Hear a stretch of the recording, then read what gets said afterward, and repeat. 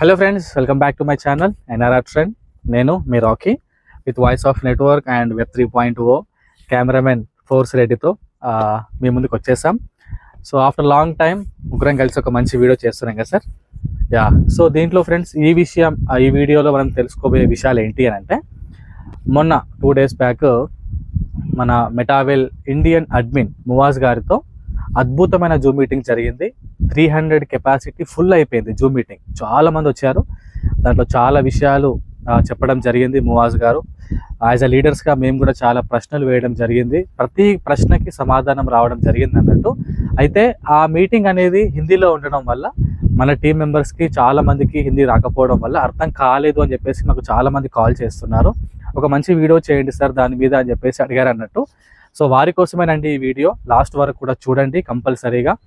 మీరు మీ టీంకి ఇన్ఫర్మేషన్ ఎలా ఇవ్వాలి, ఈ సిచ్యువేషన్లో బూస్ట్ అతి త్వరలో లాంచ్ అవ్వబోతుంది కాబట్టి తీసుకోవాల్సిన జాగ్రత్తలు కావచ్చు, ప్రతి విషయం గురించి ఫ్రెండ్స్ మనం మాట్లాడుకోబోతున్నాం ఈ వీడియోలో. కాబట్టి మీరు ఎక్కువ కన్ఫ్యూజ్ అవ్వకుండా మా టీంకి ఏం చెప్పాలి అని ఆలోచించాల్సిన అవసరమే లేదు. జస్ట్ ఈ వీడియో మీరు వారికి ఫార్వర్డ్ చేస్తే చాలు, వాళ్ళకి పూర్తి క్లారిటీ వచ్చేస్తుంది. సో మరి ఈ వీడియోలో వాటి గురించి మనం తెలుసుకోబోతున్నాము. సో ప్రతి విషయం పిన్ టు పిన్ ఎటువంటి జాగ్రత్తలు తీసుకోవాలి, నెట్వర్క్ విషయంలో కావచ్చు, స్లాట్ల విషయంలో కావచ్చు, యాక్టివేషన్ టైంలో కావచ్చు, సిఎస్ కాయిన్ గ్రోత్ విషయంలో కావచ్చు, తర్వాత రాయల్టీస్ గురించి కావచ్చు, BGW టోకెన్స్ గురించి కావచ్చు.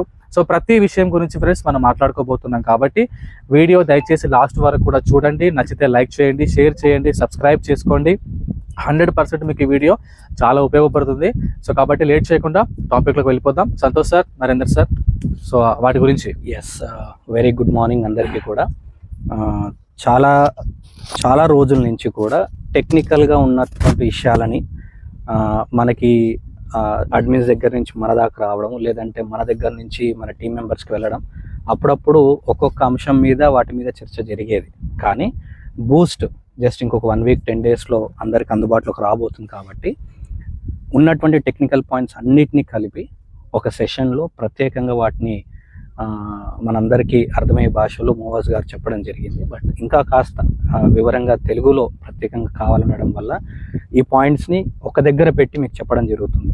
మొట్టమొదటి పాయింట్ ఏంటంటే, ఎవరైతే ఎయిర్టెల్ యూజర్స్ ఉన్నారో, అంటే ఎయిర్టెల్ నెట్వర్క్ వాడుతున్నటువంటి వాళ్ళు ఉన్నారు, మొబైల్ నెట్వర్క్ వాడుతున్న వాళ్ళు ఉన్నారు, వాళ్ళకి ఇంటర్నెట్ ప్రాబ్లం వల్ల, అంటే ఎయిర్టెల్ నెట్వర్క్ ప్రాబ్లం వల్ల కొన్నిసార్లు టోకెన్ పాకెట్ కానీ ఇవన్నీ ఓపెన్ కావడం లేదు.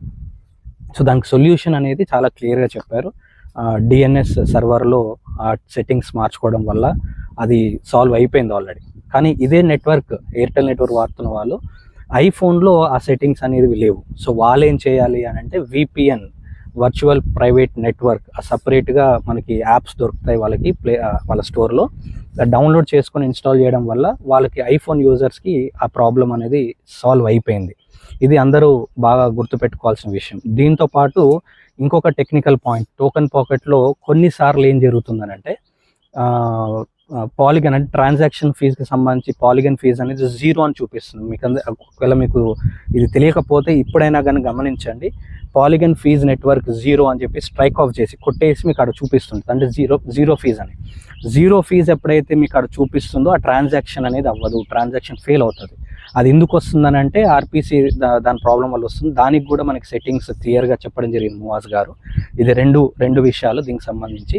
ఇక మరికొన్ని అంశాల మీద మనం చర్చిద్దాము. ఒకటి, వ్యాలెట్, లేదంటే మనకు ఉన్నటువంటి ఆల్రెడీ వాడుతున్న వ్యాలెట్స్, కొత్తగా పాతదా, మెయిల్ ఐడీస్ కొత్తగా పాత, వీటి మీద కూడా కొంచెం కన్ఫ్యూజన్ ఉంది. మెయిల్ ఐడీస్ ఏవైతే వాడుతున్నామో, జీమెయిల్కి సంబంధించిన మెయిల్ ఐడి ఏదైతే మనం ఇవ్వాల్సి ఉందో యూజర్ ఐడి పాస్వర్డ్గా, ఇక్కడ ఒక అనుమానం ఉందండి. మెయిల్ ఐడి అంటే మన జీమెయిల్ పర్సనల్ డేటా ఉంటుంది కదా, మరి ఇది సెంట్రలైజ్డ్ కాదు కదా, ఎట్లా అని అన్నారు. ఇక్కడ చాలా క్లియర్గా కంప్లీట్లీ బ్లాక్ చేయనే, బట్ కనెక్టింగ్ అవ్వడానికి మాత్రమే మనం అది వాడుకుంటాము. అయితే ఇక్కడ ఇంకొక విషయం ఏంటంటే, మన మెయిల్ ఐడీస్ ఏవైతే ఉన్నాయో, మన జీమెయిల్ ఏదైతే మనం వాడుతుంటామో, వాటిని మన బ్యాంక్ డీటెయిల్స్కి, అంటే బ్యాంక్ అకౌంట్కి సంబంధించి వాటికి ఆల్రెడీ మనం ఇచ్చేసి ఉంటాం. లేదా వాటిని మన ఇంట్లో ఫ్యామిలీ మెంబర్స్ కూడా వాడుతూ ఉంటారు, 2-3 యూజర్స్ కూడా. అలాంటివి దయచేసి ఇక్కడ యూజ్ చేయకుండా సపరేట్గా ఒక మెయిల్ ఐడి క్రియేట్ చేసుకొని మీకు గుర్తుండేలాగా పాస్వర్డ్లు పెట్టుకొని మర్చిపోకుండా వాటిని పెట్టుకోవడం వల్ల ప్రత్యేకంగా, ఎందుకంటే ఈ వాడేటువంటి ఈ యూజర్ ఐడి జీమెయిల్ వాటి పాస్వర్డ్ ఏదైతే ఉంటుందో హోలీ వీటాకి అదే వాడతాము, తర్వాత వి అకాడమీకి అదే వాడతాము, ఇప్పుడు బూస్ట్కి అదే వాడతాము. రానున్న రోజుల్లో సైన్ అప్ చేయడానికి ఏవైతే మెయిల్ ఐడీస్ యూజ్ అవుతాయో అన్నిటికీ ప్రత్యేకంగా ఒకటి మన మెటావేల్ విస్టరీ కోసం ప్రత్యేకంగా క్రియేట్ చేసుకున్నట్లయితే ఇబ్బంది లేకుండా మీకు గుర్తుండేలాగా ఉంటుంది. సో ఇది అందరూ బాగా గుర్తుపెట్టుకోవాల్సిన విషయం. అండ్ అందరూ ముందుగానే బూస్ట్ స్టార్ట్ అవ్వడానికంటే ముందుగానే అందరితోటి మీ డైరెక్ట్గా వచ్చే వాళ్ళు కానీ, సెకండ్ లెవెల్ కానీ, థర్డ్ లెవెల్ కానీ ఎవరైతే బూస్ట్లోకి ఎంటర్ అవుతున్నారో వాళ్ళందరితోని ప్రత్యేకంగా ఒకసారి మాట్లాడి ఈ పాయింట్ చర్చించి మెయిల్ ఐడీస్ తయారు చేయించి పెట్టుకుంటే లాస్ట్ మినిట్లో ఇబ్బంది ఉండదు. అయితే ఇంకొక పాయింట్ కూడా మనకి వ్యాలెట్స్కి సంబంధించి కొత్తది చేసుకోవాలన్నా, ఆల్రెడీ పాతది ఉన్నది కదా వాటినే వాడాలన్నా, లేదంటే టోకెన్ పాకెట్ వాడాలన్నా, మెటామాస్క్ వాడాలన్నా, ఏది వాడాలి అనే విషయాల మీద కాస్త సందేహాలు ఉన్నాయి సార్. ఒకసారి వాటి గురించి కూడా. టిఎండ్ఎస్ ఈకో సిస్టమ్కు విస్టరీ వి బూస్ట్కు ఎలాంటి సంబంధం లేదనమాట. ఎస్. సో ఇది చాలా క్లియర్గా మన అడ్మిన్స్ చెప్పడం జరిగింది. అయితే ఇప్పుడు మనం ఏదైతే వ్యాలెట్ వాడుతున్నామో టిఎండ్ఎస్కి, అదే వ్యాలెట్ వి బూస్ట్కి తీసుకోవచ్చా? కానీ తీసుకోవచ్చు. అయితే మన అడ్మిన్స్ సలహా కానీ మా సలహా కానీ ఏంటంటే, ఆల్రెడీ మన అప్లయన్స్కి ఏమన్నా అప్లయన్స్కో లేకపోతే ఫ్రెండ్స్కో ఇంకెవరికైనా మన 12 కీవర్డ్స్ తెలిసి ఉండొచ్చు. ఎందుకంటే టిఎండ్ఎస్ వచ్చిన కొత్తలో లేదా మెటా ఫోర్స్ స్టార్ట్ అయిన కొత్తలో ఇంత నాలెడ్జ్ 12 కీవర్డ్స్ మీద మనకు అవేర్నెస్ లేదు కనుక అది ఎక్కడైనా షేర్ అయ్యి ఉండొచ్చు. కనుక అది మనకి ఎక్కడో దగ్గర డౌట్ ఉంటుంది. అలాగే ఇప్పుడు వి బూస్ట్ అనేది టిఎండ్ఎస్ ఈకో సిస్టమ్కి ఎలాంటి లింక్ లేదు కనుక కొత్త వ్యాలెట్ క్రియేట్ చేసుకొని ఆ కొత్త వ్యాలెట్కు వి బూస్ట్ను కనెక్ట్ చేసుకుంటే అన్ని రకాలుగా సేఫ్టీ ఉంటుంది. ఇన్ కేస్ ఇప్పటి వరకు 12 కీవర్డ్స్ ఎవరికి తెలియకపోయినా భవిష్యత్తులో ఏదైనా మన ఫోన్ స్కామర్స్ ఏదైనా హ్యాక్ చేసినా ఆ టిఎండ్ఎస్కు ప్రాబ్లం వస్తుంది, వి బూస్ట్కు ప్రాబ్లం వస్తుంది. కనుక ఈ రెండు వ్యాలెట్స్ వేరువేరుగా ఉండడం వల్ల మనకు ఇన్ ఫ్యూచర్లో ఏదైనా జరిగినా ఒకదానికి ప్రాబ్లం వస్తుంది కానీ రెండింటికి ప్రాబ్లం రాదు. కనుక అట్లా కొత్త వ్యాలెట్ తీసుకుంటే బాగుంటుంది అనేది అడ్మిన్స్ చెప్తున్నారు, మేమందరం కూడా చెప్తున్నాము. అలాగే మరి నేను టోకెన్ ప్యాకెట్ మెయింటైన్ చేయాలన్నా, నా వ్యాలెట్ను ట్రస్ట్ వ్యాలెట్లో మెయింటైన్ చేయాలన్నా, మెటామాస్క్లో మెయింటైన్ చేయాలన్నా అంటే ఇప్పుడు వి బూస్ట్ లాగిన్ టైంలో అందరూ టోకెన్ ప్యాకెట్ వాడినా అక్కడ ట్రాఫిక్ ఎక్కువైపోయి ప్రాబ్లం రావచ్చు. కనుక ట్రాఫిక్ డివైడ్ కావాలి, కమ్యూనిటీ డివైడ్ కావాలంటే ఎప్పుడు ఎవరు ఏది వాడతారో మనకు తెలియదు. కనుక మనం ఏదైతే వి బూస్ట్ కోసం కనెక్ట్ చేసుకునే 12 కీవర్డ్స్ ఉంటాయో అది టోకెన్ ప్యాకెట్లో ఉండాలి, ట్రస్ట్ వ్యాలెట్లో ఉండాలి, మెటామాస్క్లో కూడా ఉండాలి. ఫర్ ఎగ్జాంపుల్ టోకెన్ ప్యాకెట్ చేస్తున్నప్పుడు అక్కడ బిజీ వస్తుంది, మన ఐడి క్రియేట్ అవుతలేదు అంటే వెంటనే మెటామాస్క్ ట్రై చేయడం. మెటామాస్క్ కూడా అట్లనే ప్రాబ్లం ఉందంటే టోకెన్ ప్యాకెట్లో, ట్రస్ట్ వ్యాలెట్లో ట్రై చేయడం.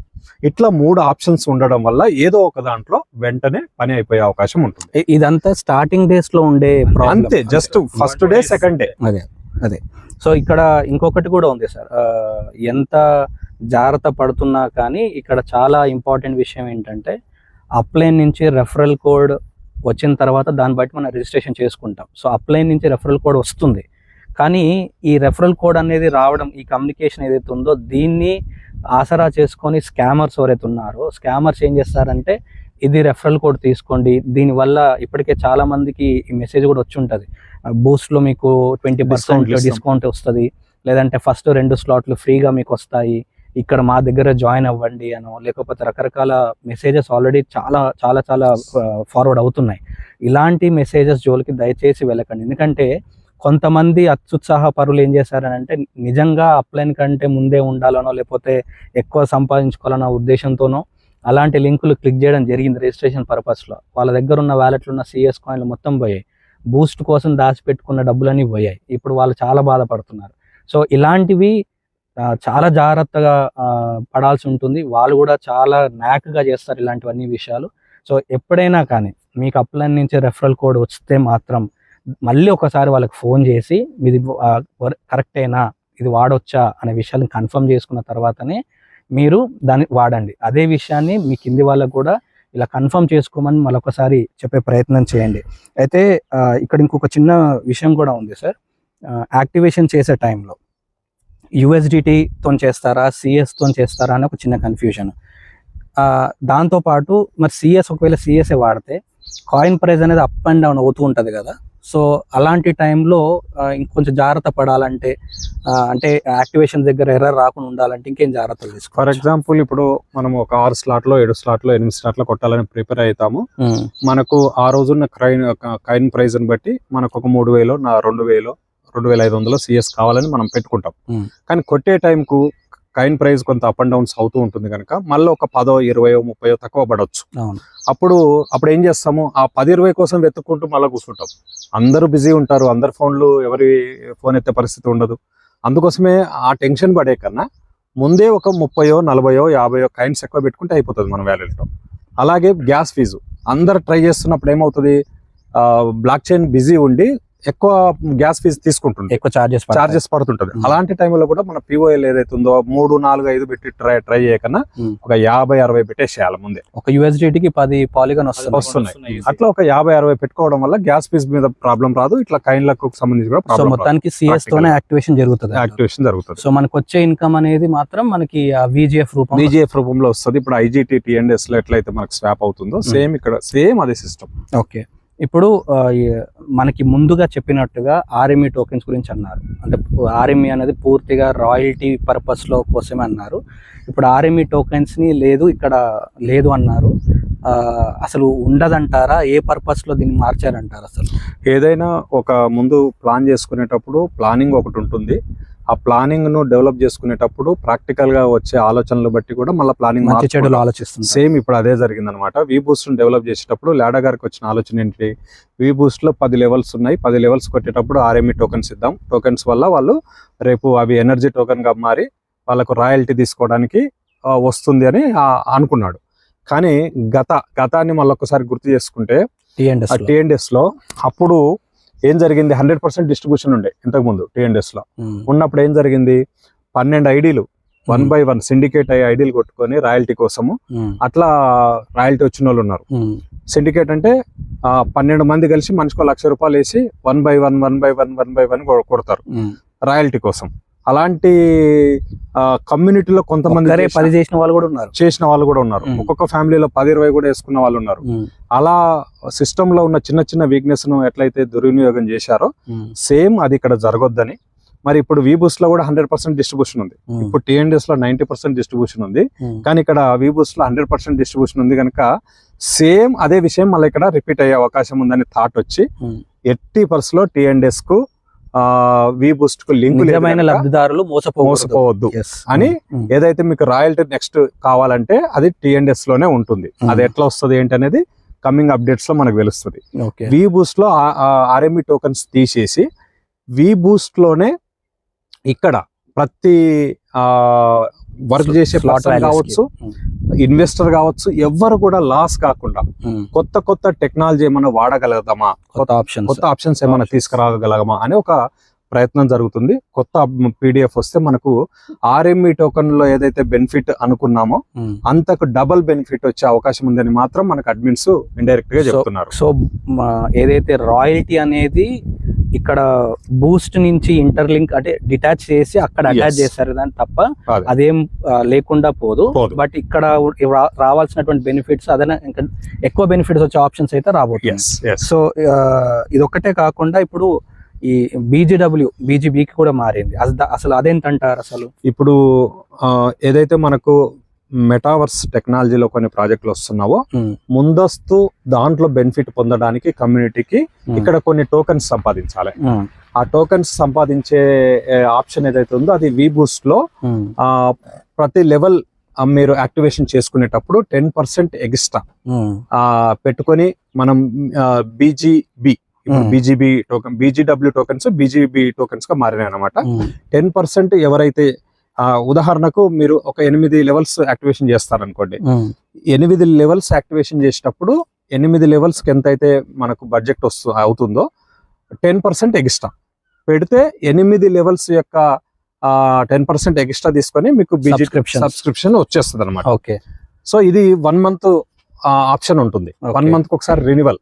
ఫస్ట్ అయితే మ్యాండేటరీ, రెన్యువల్ అనేది మన ఇష్టం. 30 days తర్వాత చేస్తామా చేయమా అనేది మన ఇష్టం. ఎన్ని మంత్ రెన్యువల్స్ చేసుకుంటూ పోతే అంత బెనిఫిట్ వస్తుంటుంది. అది మెటావర్స్ లో ఆ టోకెన్స్ మనకు ఉపయోగపడతాయి.